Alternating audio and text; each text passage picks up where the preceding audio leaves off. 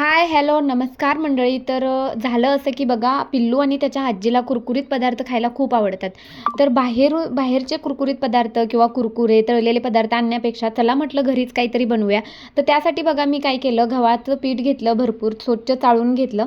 नंतर बघा त्यामध्ये 1 चमचा जिरे घातले, 1 चमचा ओवा घातला. ओवा हातावरती थोडासा खुस्करून घालायचा म्हणजे छान वास येतो. नंतर बघा चवीपुरतं नमक घातलं आणि अगदीच कडकडीत असं तेल घातलं. छान मिक्स करून घेतलं आणि नंतर बघा थोडं थोडं पाणी घालून डो तयार केला. आता हा जो डो आहे तो बघा चपातीला जसा मळतो आपण त्याच्यापेक्षा थोडासा घट्ट मळायचा. 20 मिनिटासाठी रेस्ट करायला दिलं आणि नंतर बघा त्यावरती थोडंसं तेल घातलं, अगदी चमचाभर तेल घातलं आणि बघा परत एकदा मळून घेतलं. छान मळून झाल्यानंतर बघा व्हिडिओमध्ये तर तुम्हाला दिसतच आहे की अगदी गोल अशी चपाती लाटून घेतली आणि नंतर बघा फिरकीच्या साहाय्याने त्याच्या शंकरपाळ्या कट केल्या. बघा अगदी पातळ चपाती लाटायची जेणेकरून कुरकुरीत झालं पाहिजे.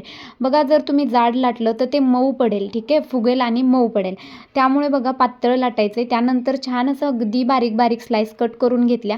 कट केल्यानंतर बघा अगदी मीडियम म्हणजे अगोदर तेल गरम केलं, नंतर मीडियम आचेवरती ठेवलं आणि त्यानंतर बघा त्यामध्ये ज्या आपल्या खरपूस अशा खाऱ्या शंकरपाळ्या आहेत त्या भाजून घेतल्या आणि नंतर बघा त्याच पिठाचं मी हे एक तयार केलं होतं रोल.